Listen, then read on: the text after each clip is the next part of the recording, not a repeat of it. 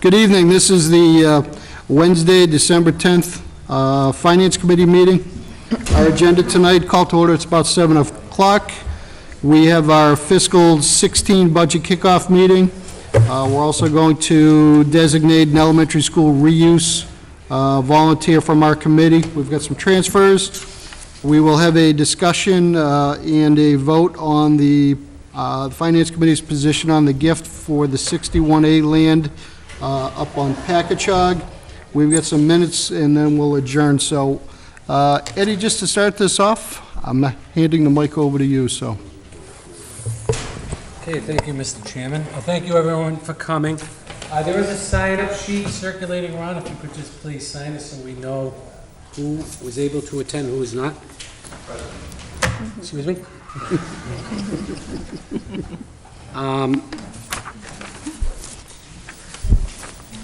Before we start the PowerPoint presentation, just a few comments. I think we all knew that this year was going to be a difficult year. Over the last couple of years, we have recognized savings in the areas of, through healthcare reform, that we applied as an offset to the operational side of the budget.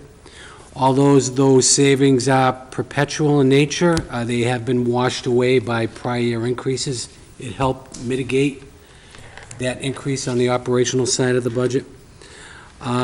We also have incurred some additional debt as a result of the town meeting approval of South Holt Road. That's built into the budget. I think we indicated at the joint meeting that there was an expectation that the Bay Path assessment was also going to increase due to the construction of the new school as well as the rehab. The impact of the debt and interest will be felt effective in FY16 as a result of permanently bonding monies to fund that project. And I'll get into some of the elements on the revenue side, but if you boil it all down, right now we're looking at a projected roughly $395,000 deficit. One item of concern is state aid. We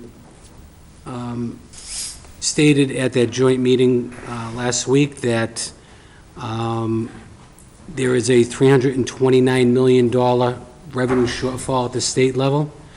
The governor's proposed cuts to municipalities by way of a local aid totaled a total package of $25 million, although it has met some resistance by the state legislature. That impact to the town of Auburn is a loss of about $41,000. So our projections are basically flat-lined, less that 41 for FY16. So I'll now get into the usual presentation. It should be about 10 to 15 minutes. Okay.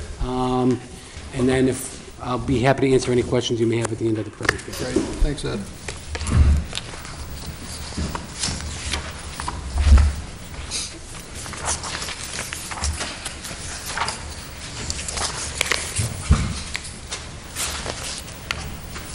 Hey, Ed, before you start, and shame on me anyways, I'd like to welcome our newest member to the Finance Committee, Mallory O'Brien from Precinct 4. Thanks for joining us. We do appreciate it. I know Kim's coming, so it isn't like we've sequestered you on the side.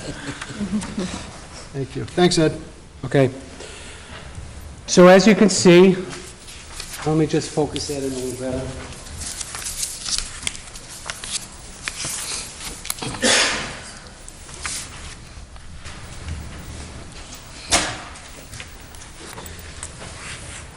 And for purposes up front, I'll just give you because I'm going to get into the detail of each one of these components, but we have total appropriations of projected at $58,303,889, total revenue of $57,908,280.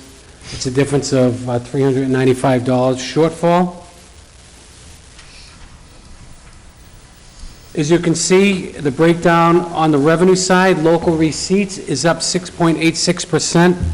If you look at our actual receipts for FY14, they came in roughly $900,000 greater than we had projected for that fiscal year. As a result of that, we were able to make some modifications, especially in the areas of motor vehicle excise and hotel motel tax. by about $532,000. Cherry Sheet revenue basically level funded with the exception of a reduction in local aid, unrestricted local aid of 2.7%. That equals $41,000 down from current fiscal year. Total revenue, $10,344,425. Tax levy is up 3.5%. That utilizes $450,000 of new growth. Our new growth is up over last year, using the 5-year trend. So we are still conservative on that end. And it utilizes 2% of the total 2.5%. And I'll get into those numbers as we get along. Debt exclusion for the high school, basically level funded over FY15. We did have a refunding bond issue. That debt was more in line with $1.5 million prior to the refunding. Saves about $300,000 per year. And for the first time, debt exclusion, we're going to realize the impact as a result of $13 million we went out and permanently borrowed. This is raised outside of the levy limit via a debt exclusion. We need to raise $1,177,025 to meet our debt and interest obligations on that project. And available funds is significantly down, and I'll get into the detail on that, but it's down roughly $1 million, or 46.38%. Total revenue is $57,908,280.34, up $1.8 million, or 3.27%. And the appropriations is up $2.2 mil, or 3.98%. On the revenue side, it commits 1.75 towards, of 2.5 towards our departmental operating budgets. It also commits 0.25 of 2.5 towards the capital improvement plan, as outlined in the financial policies. As part of that 1.75%, that does include the increase in the Bay Path assessment. I can tell you that we used an estimated increase of $150,000.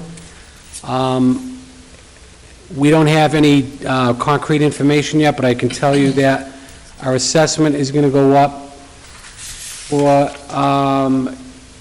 the construction of the high school, roughly $90,000 to $100,000. And I don't know what the impact is going to be on our student enrollment increase of 11 students over last fiscal year. Once again, it utilizes $450,000 of new growth. It increases our excess levy by 0.50%. Remember, we're using 2%, so 0.50, or $188,000 would be added to the excess levy. Excess levy, using that amount, would be $3,540,892, or roughly 9.04% of our total levy available for appropriation. And it raises $2,468,375 outside of the levy for both the high school and the middle school debt. Here's our new growth. Our 5-year average is $583,281. So we're using $450, so we're still remaining quite conservative on the new growth side. On the tax levy, as you can see, a 2.5% increase as allowed under Prop 2.5 would allow us to add to our levy $944,439.33. If you look below in the shaded area, it utilizes $450 applied towards the operational side of the budget, giving us a total taxable levy of $35,631,119. Once again, it uses 90.96% of available levy. On the Cherry Sheet side, we're projecting level funding, less, once again, the 2.7 reduction in unrestricted local aid, and that represents $41,000.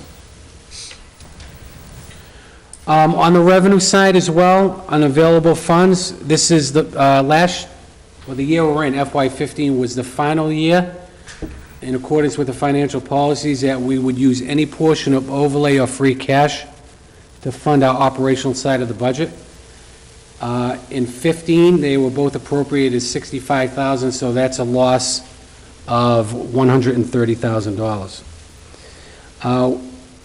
It utilizes $140,000 of retained earnings to meet our sewer capital needs as outlined in the 5-year plan. And it level funds most other available funds. As you can see, here are the available funds. Now, I mentioned there was $1 million reduction, but if you look at the bottom part of the screen, we had $450,000 that we appropriated from stabilization for the one-time purchase of a fire truck. That is no longer available in FY16.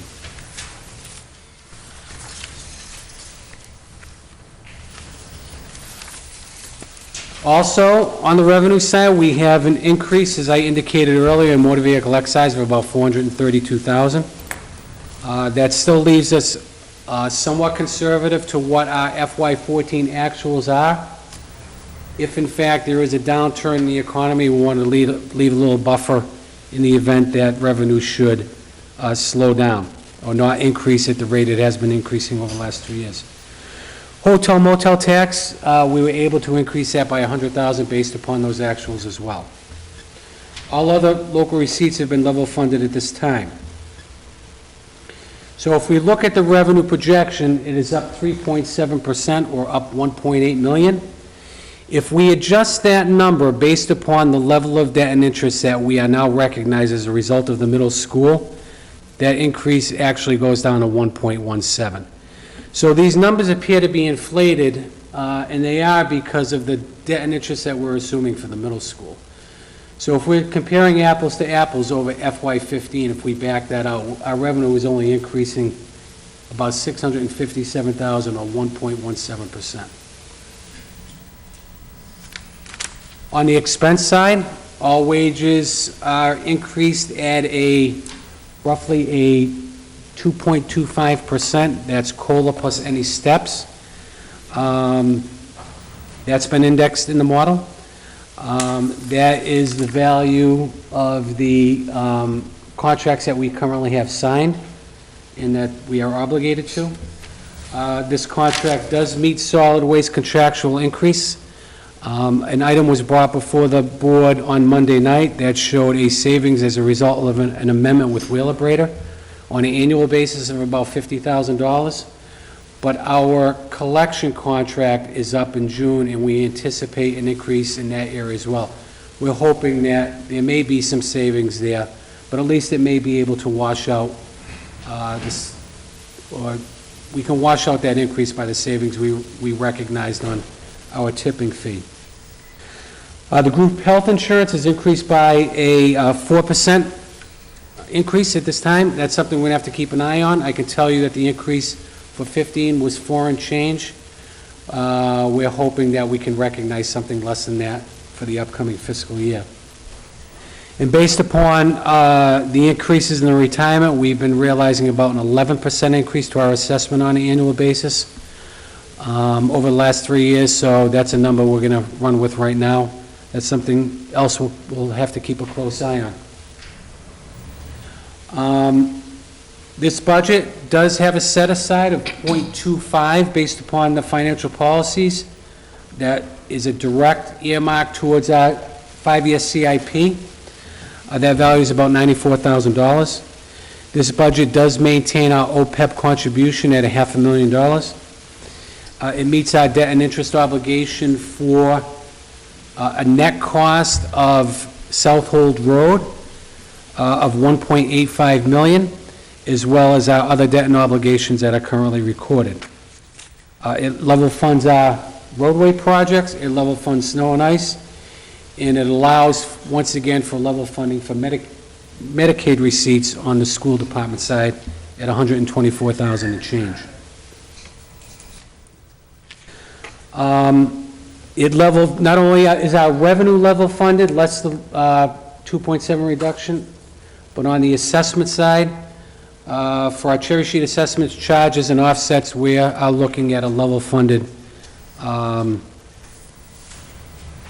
recommendation right now. That could change, and that's something we're going to have to watch.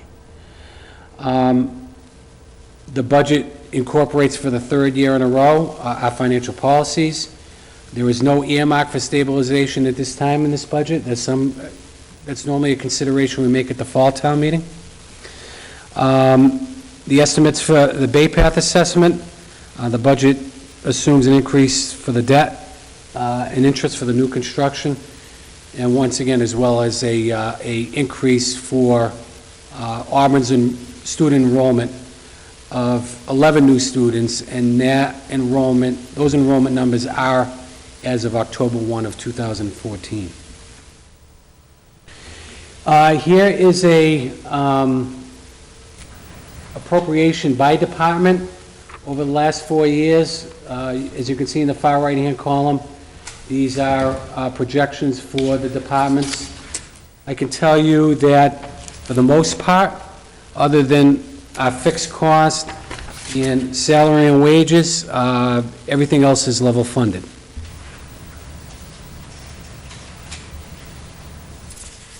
These are all level funded. We have reduced our abatements in this model by $50,000 because we are no longer using overlay surplus to fund our operational side of the budget. Cherry sheet charges and offsets are level funded. As you can see, our CIP increase of $660,000 adds about $94,000 to previous year.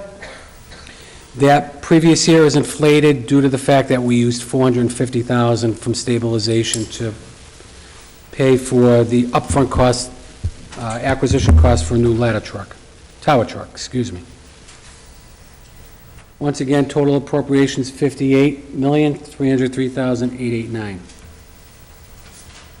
Now, if we look at the expense side, that total appropriation is up 3.98%. at a projected deficit right now of $395,000.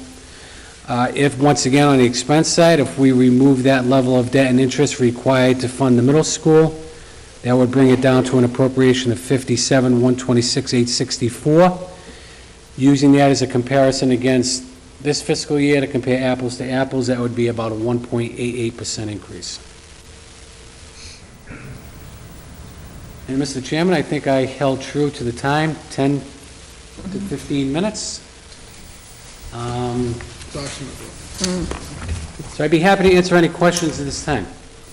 I'll open it up to committee for questions. Jimmy, Ed, Kim, I know you just got here. Any questions initially on this? This is pretty close to, once we pull out that debt and interest, pretty much what we started last year regarding a 1.8% increase. Well, I think in terms of the 1.7, that was the value of the 2.5 that we used when we first kicked off the budget. At the conclusion of the fall town meeting, I think that was reduced to 1.39. Certainly, we recognize an increase on the operational side of the budget for those costs that were mandated by voter approval, that being Bay Path. I think we, right from the get-go, we indicated that we would use a portion of tax levy to honor that commitment, and we will continue to do so. And that's why we went up to 2.0% on the tax levy, recognizing the fact that Bay Path assessment is going to increase substantially as a result of that level of debt that Auburn has to assume, our $3.1 million share that is, that we're responsible for.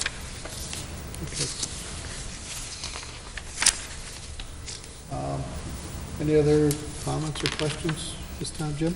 Anything? No? Good? Yeah?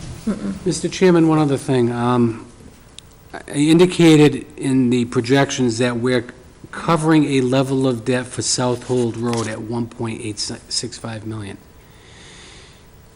And it all depends on, and we don't know what the outcome of the gift is going to be at this time, but if the gift is not accepted, then that level of obligation is going to go up by $1 million, and so we're going to have to assume more of a debt and interest expense that is not computed in this model. So that'll probably go up by about another $100,000. Okay, we'll see where that rolls to, I guess, huh?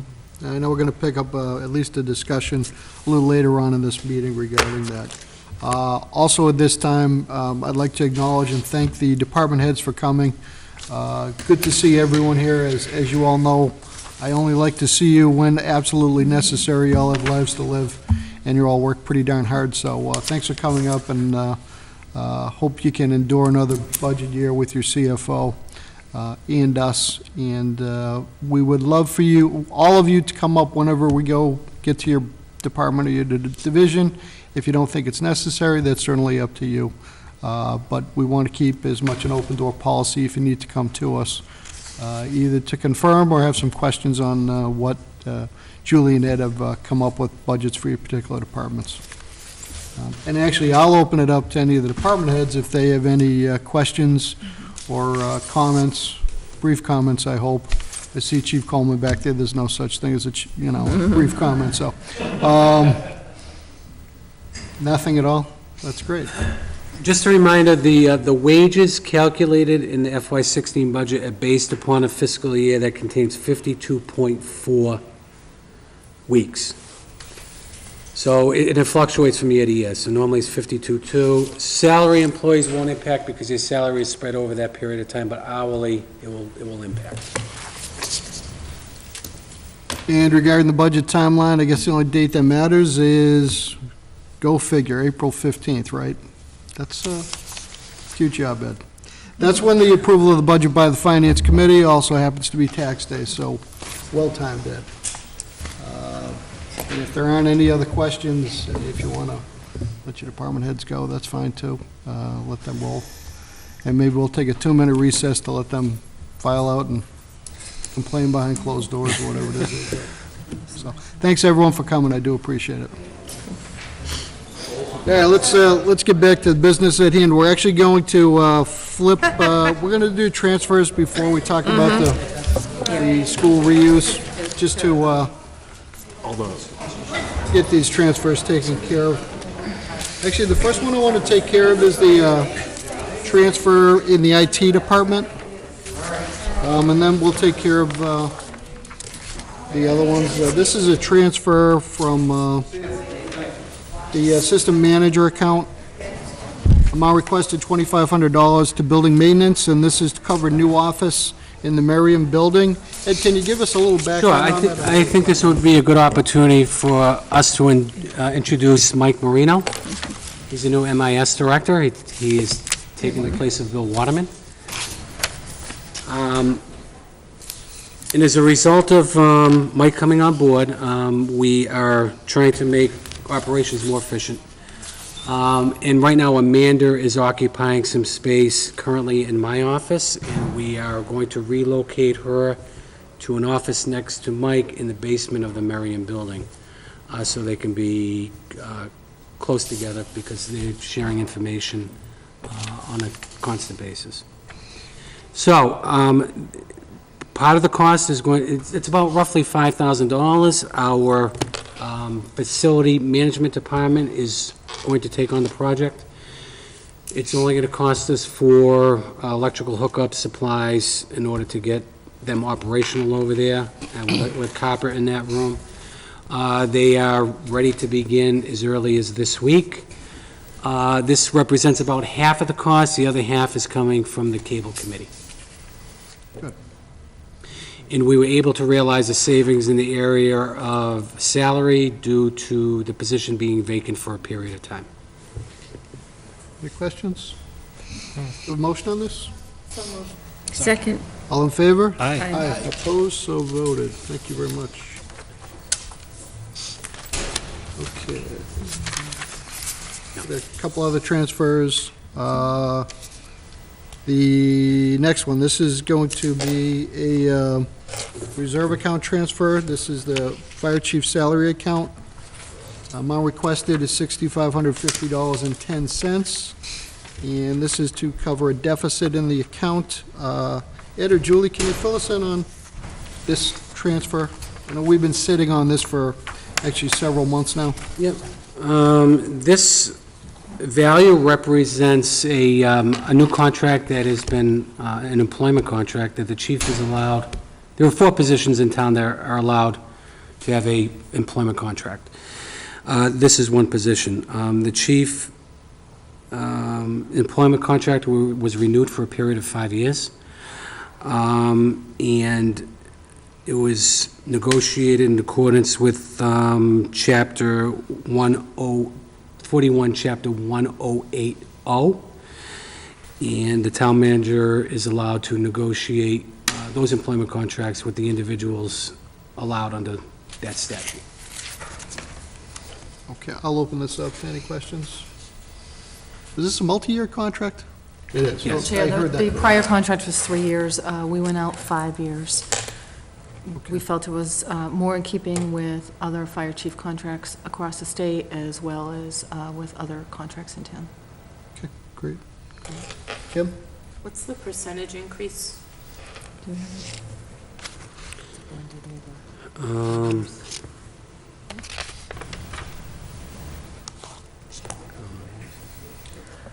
You know what, if you give us a couple minutes, it was 5 years, so I want to look at the blended on the 5 Yeah. years, because it was more upfront in year one and then much less in ensuing years.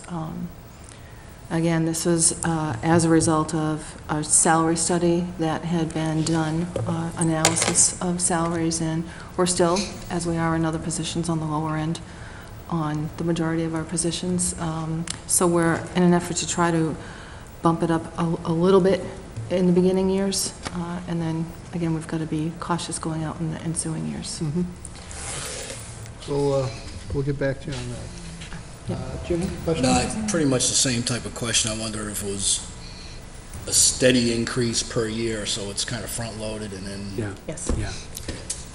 thank you. Did you want to hold off a vote till you get your answer on that, or, yeah, okay, any other questions? Motion to approve? Second.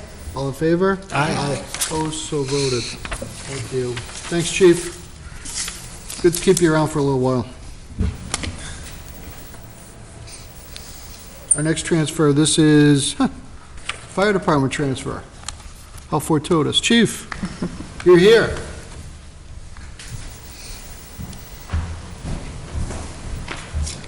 Here we go, we have pictures. Now, are these pictures for the first transfer, the second, or both? They would be for the first. For the first. Very timely then. Our first transfer, this is from the fire suppression account. Amount requested $5,000 going to the building maintenance account. And we've got colored pictures here too. Chief, you want to fill us in? Sure, thank you, Mr. Chairman. As you are aware, at the fall town meeting appropriated $7,500 to make a repair to the floor drainage at Station 2. That work was executed with the help of the DPW and fire department staff. The plumbing expense for that project came in a little more than we had anticipated, so we went over budget by about $3,600 on the total project from the $7,500 that was appropriated. In the original estimate, in working with DPW, we had only figured in about $2,000 for plumbing. The plumbing expenses actually came up to $5,000 by the time everything was done. The pictures that are floating around there just show the excavation and then the finished project with the floor drains in. Those 3 drains that are in front of the bays, those were not there before the construction. So we had a shortfall of about $3,600 on that project. The other thing that is making the building maintenance budget a little light at the halfway point is in the fall, I installed a 1,500-gallon propane tank out at Station 2. The current tank that is in the ground, or that was in the ground, was a 300-gallon tank. Usually in the winter, we're getting a propane delivery at least on a weekly basis. And there were 2 occasions this past winter where we actually ran out of propane. So we purchased a tank, DPW put the tank in, and then we left the existing 300 in the ground and we tied it together with the new 1,500. So we have a total of 1,800 capacity in the ground. And that project total, and there's another picture there where you can see the yellow bollards around the tank. That project total was about $3,500. So those two projects are what is sort of making us a little light at the halfway point. Okay. Any questions on the first transfer? Motion. Recommend. Second. All in favor? Aye. Aye. Opposed, so voted. The second transfer, also from the fire suppression account, that balance is down to approximately $95,000. Amount requested is $15,000 for protective gear. Chief? Yes, Mr. Chairman. On Monday, November 17th, our department responded to the Mass Turnpike for a tanker truck that was carrying diesel fuel that rolled over, and we had a spill of approximately 2,000 gallons that left the truck into the culvert in the swale on the side of the turnpike that was sort of encroaching on the town's water supply. If any of you remember the incident, remember the weather conditions, it was a day much like we've had over the last couple days. It was pouring rain, and during that incident, the firefighters had to get into the swale on the side of the turnpike in order to put booms and pads to try to stop the diesel fuel from getting into the drainage system. The diesel fuel coupled with the water, in some cases they were knee-deep in the diesel fuel, and we lost 6 sets of protective clothing from the firefighters that were on scene. We did wash the gear 3 times with our extractor, and each time we pulled it out, they still had a diesel fuel smell to them. The boots were ruined. So the total of those 6 sets was $15,000. So this money was obviously an unanticipated expense. We have already ordered the turnout gear, and much of that gear, I believe, has already arrived. The manufacturers, fortunately, all manufacturers have special consideration for when turnout gear is ruined in a hazardous material incident and you place an order, you go right to the front of the line and they guarantee to have your order within 5 days so members are not without protective gear. So all of these members have new clothing at this point. On November 25th, I did mail an invoice to Pilot Travel Centers out of Tennessee for a total of $17,834, which was the total expense that we incurred that day, not only from the loss of the turnout gear, but other equipment that we used to mitigate the spill. So I will be working with travel to find out, hopefully we'll be getting the reimbursement on that by the close of this fiscal year. Okay, good. Jim? Through the chair. In a situation like that, who has jurisdiction? Does the state DOT have to be involved with that? Do they have any responsibility since it's on state highway? Well, it's, No yes. fire department has to respond. Well, yes, well, under state law, the fire department responds, and we have ultimate control over hazardous materials incident in Massachusetts. So we would be in command of the incident until it's mitigated. Obviously, Mass DOT would have to be on site because we need their equipment resources and it's their property. With the quantity, Mass DEP needs to be on scene. In the proximity to our wells, Auburn Water was on scene. So there's multiple agencies that are involved in a call like that, but under state law, the fire department has jurisdiction until the incident is mitigated. Now, does Department of Transportation have their own hazmat team, or? They do not. They do not? No. They have hazmat equipment similar to us in terms of booms and pads and things. It's not in a great quantity. On this particular day, we stripped everything the fire department had, Mass DOT had, Auburn DPW, as well as Mass DOT, brought a couple of loads of sand up there that we dumped in the swale in order to try to prevent the diesel from going. The problem is when you get a spill on a day like that with the water flowing, it's almost impossible to contain. So that was a multi-hour event, multi-agency event, but ultimately at the end of the day, the fire rescue department is in charge. So you're looking for an insurance reimbursement? Correct. Under Mass General Law, Chapter 21E, it allows not only the fire rescue departments, Mass DOT, Mass DEP, it allows us to bill the responsible party for any hazardous material spill to recoup our cost, including equipment, labor, hourly rates for fire equipment. So that's what that $17,000 invoice on our end represents. They're also responsible for paying the cleanup company that Mass DOT ultimately calls in, the professional cleanup company.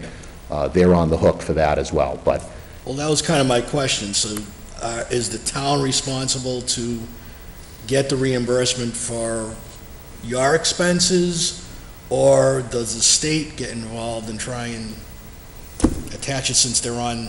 yeah, the state wouldn't get involved in trying to collect our, our portion of it. The only time that I've seen that is in, and what I'll consider, not that this wasn't a large event, but what I would consider a larger event, things that would potentially go on a week, week and a half in terms of not only the event, but the cleanup. Then there's usually a little more coordinated effort in terms of saying, all right, we're going to pool what expenses were done, and we're going to send one bill. Someone would act as the fiduciary to get it all. But that's typically not the case with events like this. Now, was Auburn the only town involved, or was there other fire departments involved? No, we were the only fire department involved. Okay. Thanks. Kip? If we receive reimbursement, where does that money go? Does it go back into your budget, or does it go to the general fund? I think it all depends on when it's reimbursed. If it's reimbursed the same fiscal year as the cost was incurred, it would go back into the account that the equipment was purchased out of. If it should come in after the end of the fiscal year, it would have to be recorded as general fund revenue. And next question, you're taking, with these two transfers, you're taking 20% of your fire suppression Yes. available funds. What does that do to the fire suppression? The fire suppression, Budget. the fire suppression budget started on July 1 at $140,000. So almost at the half-year mark, we've expended $40,000 out of that line item. I have numerous part-time shift vacancies. I've had 3 call firefighters resign this year. They've moved out of town. They've gone somewhere. So we have many shift vacancies each week on the part-time shifts, and that's why that money is at its current level. Yeah, I'm all Good. set. Jim? Just a follow-up question. Since there's so many openings, or what's the overtime situation? Those shifts are not backfilled by career overtime. Okay, thank you. Just one, Ian, anything? No, thanks. One question. Overall, obviously, a big job. Was it coordinated very well with all the departments that were involved, state, local? The hazmat incident, yes, it went very smooth. We operated under a unified command. Everyone worked real well together to get out of there in the time frame that we did. So the event overall went very well. Good, okay. Good to hear that. Thanks, Chief. Okay, we have a motion for 15 grand before us for protective gear. Motion to recommend? Second. To approve? All in favor? Aye. Opposed, so voted. Thank you very much.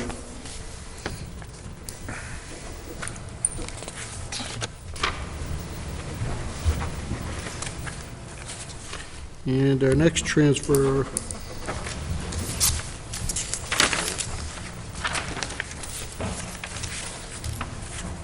Oh, 2 more transfers, okay. Our next transfer is under the DPW fleet maintenance. This is a transfer request from the tools account. I requested $120.87 to uniforms to cover an invoice for uniforms for fleet maintenance mechanic. I'll open up to any questions. I know our DPW head's here. Thank you. Second. All in favor? Aye. Opposed, so voted. Thanks, Bill. A lot of quality there. $100. That better be a good-looking uniform. Our last transfer, this is from the reserve account, requested by the town manager. This is advertising, amount requested $4,000. And this is advertising for several vacant positions. I'm just going to list them very quickly. Town planner, director of development, building inspector, local inspector, animal control officer, permitting assistant, energy manager. Motion to recommend. Second. Any questions? All in favor? Aye. Opposed? So voted. Thank you. Excellent. Okay, let's go back to item number 3. I think this is just more a formality. I know I've sent out messages to each of the committee members, with the exception of Mallory, just on that we do need to have someone from the Finance Committee on the elementary school reuse advisory group. I've already mentioned that I'd be interested in serving on this committee if no one else is interested, so unless there's a groundswell of someone else interested, then I'll take care of that. You good with that? Okay, that's fine. Volunteerism, okay. And while we're at it, did everyone get a chance to take a look at the minutes? Are we okay on that? All right, our last item before we adjourn is, I thought it'd be important that we did take a position before town meeting, unfortunately not in front of the cameras, regarding the $1 million anonymous gift regarding the Southold Road or Southold Meadows issue. And what I really wanted to do was make sure that the town of Auburn, seeing how we are in somewhat of a leadership position, certainly on a fiscal basis, make sure that the town knows where we stand on this individually and as a finance committee. So I want to open this up in terms of, I believe, our verbiage in our finance report was we are in favor of the acquisition of the property with the proviso that the $1 million gets accepted by the town regardless of the, I'll say, the strings attached to it. So if anyone has any additional comments relative to that, I'll open it up to that. Anyone? Kim? I think that it's a good thing for us to reiterate, and I guess it's the Board of Selectmen that'll be making this decision about whether to accept the gift or not accept the gift. And I'd make a motion that we send something to the Board of Selectmen outlining that we were in favor of the purchase of the property and supported it at town meeting under the condition that the town accept the $1 million gift to fund parts of it, that otherwise it's a financial burden that we would not have supported, I would not have supported personally. Okay. And I personally agree with that. Ed? And I also agree, as a town meeting member and resident of the area, and then on the finance committee, when we had the discussions, I wasn't going to support it unless we went with option 4 and accept the gift. So I'd like for us to send the Board of Selectmen that is the Finance Committee's, if that's how everybody else feels, that we strongly urge them to. We'll put that in the form of a motion. Let's keep it open for discussion on that. I know everyone wants to certainly add some comment. Jim? My only concern was this very clear cut as far as if the gift is accepted, it had to stay as a passive use forever? Was there any negotiation or lightening up of the terms so that it possibly could be not really developed, but used for maybe an energy source or like solar or turbine power, wind power, anything. I am not saying that the town would try and develop the land. I was more concerned about some other uses that might be beneficial, or was it so clear cut that there was no debate as far as what the $1 million was? Through the chair, if I may, the donor had made it clear to us that they wanted to retain the space as preservation and conservation area, to preserve the natural habitat, and to not disturb the area. On a couple of occasions, I've gone back to the donor and based on requests from various board members or the public, to see if there was any opportunity to change the restrictions that would be placed on the donation. At this point, there are not. The intent of the donor and the mission of the donor and the fund that the donor has established through the Greater Worcester Community Foundation is for open space preservation. So the donor was very comfortable with passive recreational uses such as trails, walking trails, snowshoeing, I believe cross-country skiing was okay, anything that doesn't disturb the natural habitat. The donor did mention that there was an opportunity that they saw through the Greater Worcester Community Foundation to potentially develop trails from the existing Pappas Recreation Complex. That complex does butt up against this on a very small piece of land, maybe 10 to 15 feet wide. That's probably it. So the thought was there's already parking at the Pappas complex, there's already restroom facilities at the complex, so if we could extend a walking trail from the complex, that there would be plenty of parking on an already paved area. Again, we have approached the donor in light of recent requests for other uses to see if there was any opportunity. We have not heard back, but at this point, it is still open space, passive recreation. Period. There was, I know the opportunity for solar under this particular donation was not even a consideration, because technically that would have to be put out to bid, and that could be considered a retail use per se, because it's a business use unless the town owned the facility, which is rare that happens. It would be owned by a private entity.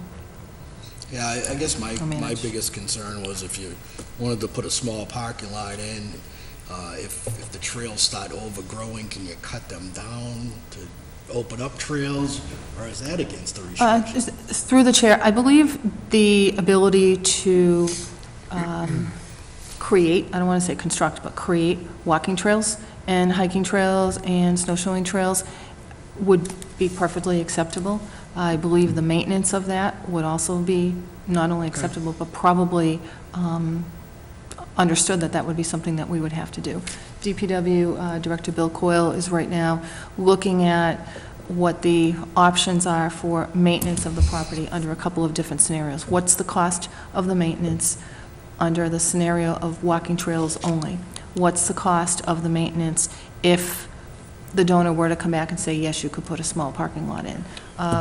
We had also been asked, which we've recently submitted to the Board of Selectmen, to look at what the cost would be to put in a parking lot on that site, and to then run an access road or driveway down into the flatter part of the land where potentially down the road, if we didn't accept the donation and we wanted to put fields there, what would the cost of that be? So we recently, through the Department of Public Works Engineering Department, did that analysis.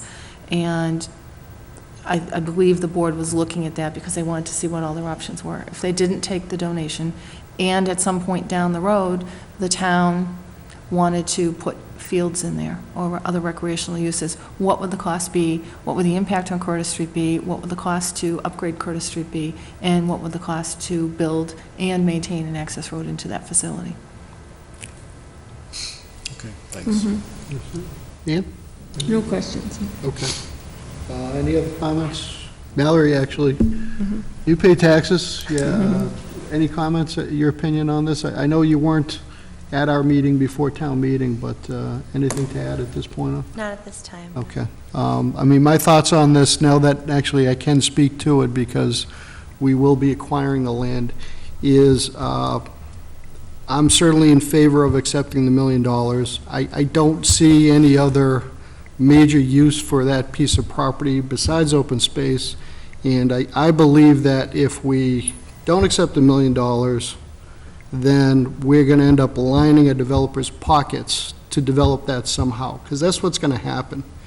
And I believe our biggest concern was protecting Curtis Street in that neighborhood, and you can't get access to it anyway, so somewhere down the road, Bill Coyle's people are going to try to figure out how to put a road in there, because eventually a developer would come in and come up with some sort of way to access in there to put in some level of houses. I understand we're all scared about the 40B issue going on. In fact, it looks like Shrewsbury's just run into a 40B problem in the last week, so I get that. But to me, it's like, if we did take this $1 million, we're keeping it as a beautiful piece of property.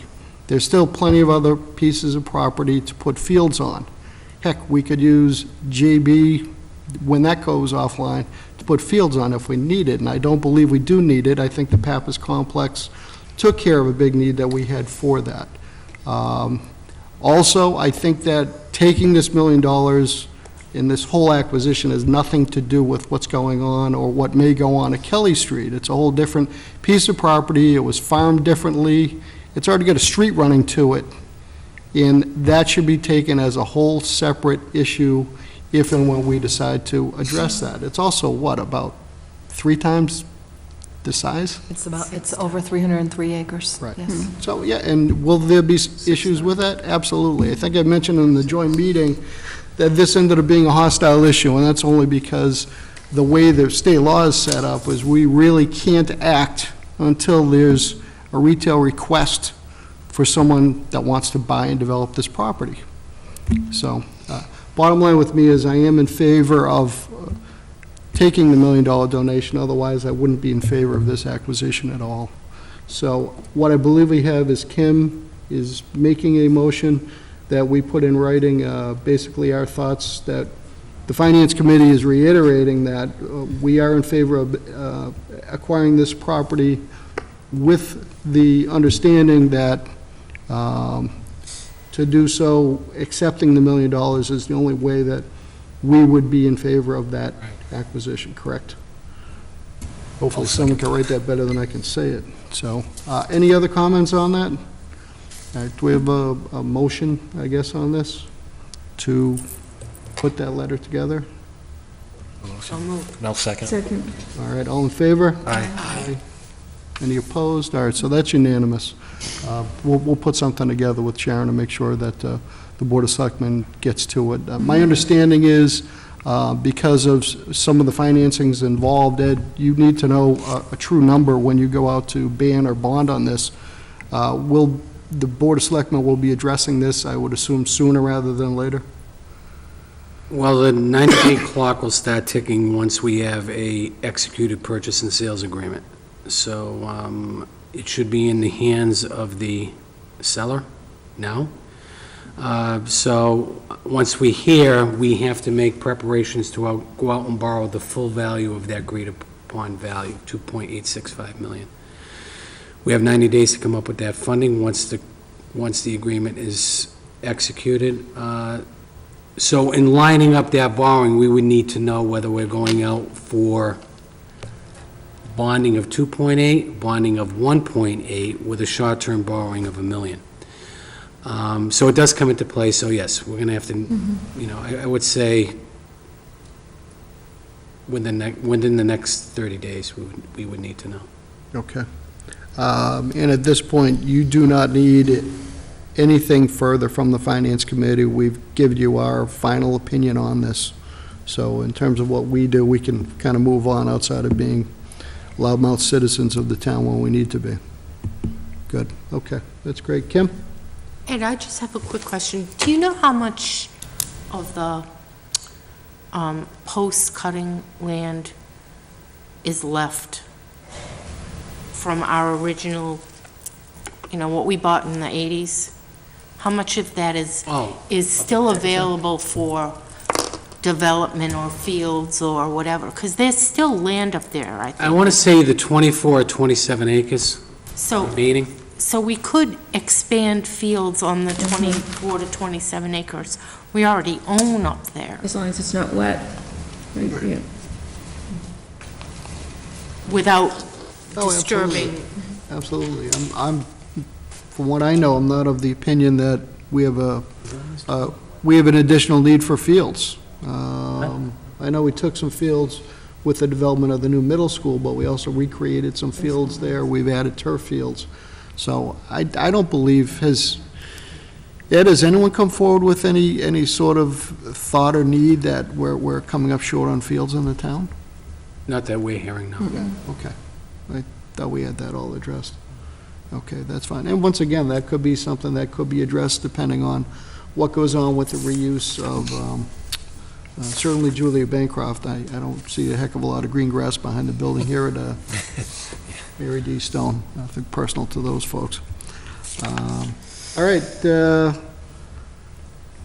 we've gone through our agenda here in terms of, Julie. If I may, I'd like to just go back quickly to the fire chief's contract, because I just wanted to make sure I had Sure, the okay. appropriate information. It was, and I should have remembered all the details, and I apologize. In that same period of time, we negotiated 11 collective bargaining contracts in addition to the fire chief's contract, so my numbers get a little fuzzy every now and then, but it was, we actually had looked at front-loading it, and then at the end decided not to do that, so over the 5-year contract, it is 2% per year, Okay, which is in keeping with our other collective bargaining contracts. good. That's great. Thank you. And once again, it's good to see the chief locked up for a little while. Absolutely. That's a good thing. Before we adjourn, Ed, in terms of when we need to meet again, I assume we're pretty well caught up with transfers and fire drills and that kind of thing. Yeah, So, no immediate need to meet. I would say probably sometime in January, excellent. Or maybe even February. maybe even February. All right, I'm liking that even better. See? Bring Mallory on, and we're not going to meet for another quarter, so it's all good to me, baby. That's fine. Okay. Okay, then, Merry Christmas to everyone, and Happy New Year, and I'll accept the motion to adjourn. Motion to adjourn. Second. All in favor? Aye. Opposed, so voted. Thank you.